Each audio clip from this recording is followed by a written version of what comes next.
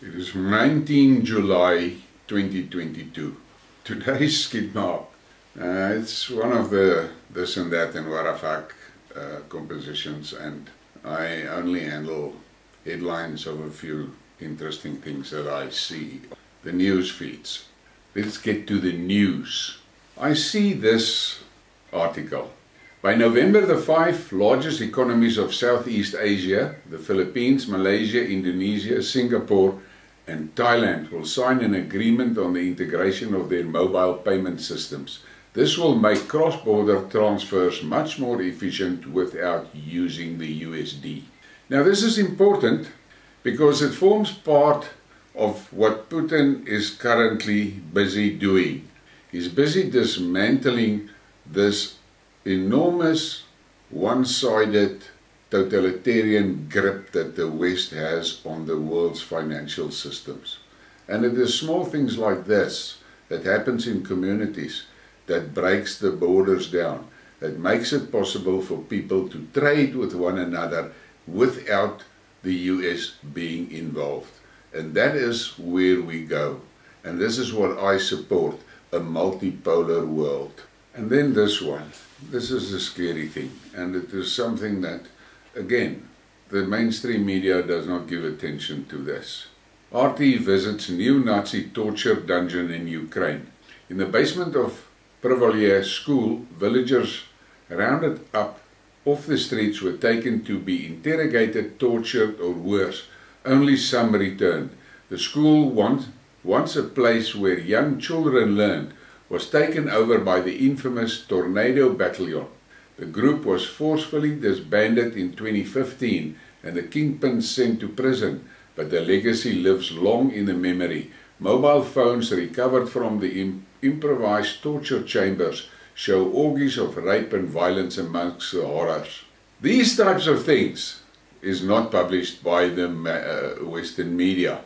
And there has been many articles that has showed that Ukraine is a snake pit, and I am stunned that the collective West is so totally committed in protecting that cesspond. Now here is just something to take note of. Afghanistan is facing one of the most horrific humanitarian crises on the planet. We should be doing everything in our power to deliver humanitarian assistance to the Afghan people, not needlessly limiting it. US defense bill increases military assistance for Ukraine, cuts Afghan aid. The House of Representatives has passed a national defense bill which increases military assistance to Kiev while slashing humanitarian aid for Afghanistan, despite Democrats in Congress stressing the importance of such intervention. Now, here again, this is what the West do, and this is what America is known for, warmongering. They would rather pump weapons into the Ukraine and stir the pot there of military violence than to give humanitarian aid to the Afghan people and Afghanistan that they were instrumental in destroying. Here is just a snippet on this current energy problem for the EU, and I am of the opinion that the EU is going to pay dearly for the stupidity of their leadership. Russia requests documents for Nord Stream turbine return. Russian state energy major Gazprom has officially asked German industrial giant Siemens to provide documents allowing the return of a crucial gas turbine which has been stuck at the firm's Canada factory due to sanctions. Now, once again, who is going to pay? The German citizens. They are going to pay. They are going to suffer. Why? Because of the sanctions and that madness around the maintenance of the turbine that is supposed to work on that Nord Stream 1 gas pipeline that provides gas to Germany. Once again, the citizens will suffer, the leadership feels nothing. Then we get this one. This is just something we should take note of it. EU leaders' attention riveted to Ukraine leads to more trouble at home. As the Ukrainian crisis occupies the minds of EU leaders these days, the focus appears to be backfiring on them, exacerbating their domestic troubles. And that leadership don't give a damn for the people that are suffering in their own countries. But they should take note of what has happened in Sri Lanka. They must take note, they must pay attention to what the farmers are doing. Trouble is brewing for this elite. And actually, I feel nothing for them. They will get what they deserve.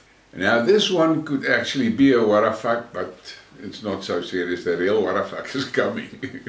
Ukraine accuses top Western banks of war crimes. JP Morgan Chase, HSBC, Citigroup and Credit Agricole are committing war crimes by financing companies that ship Russian oil, a top Ukrainian official has said.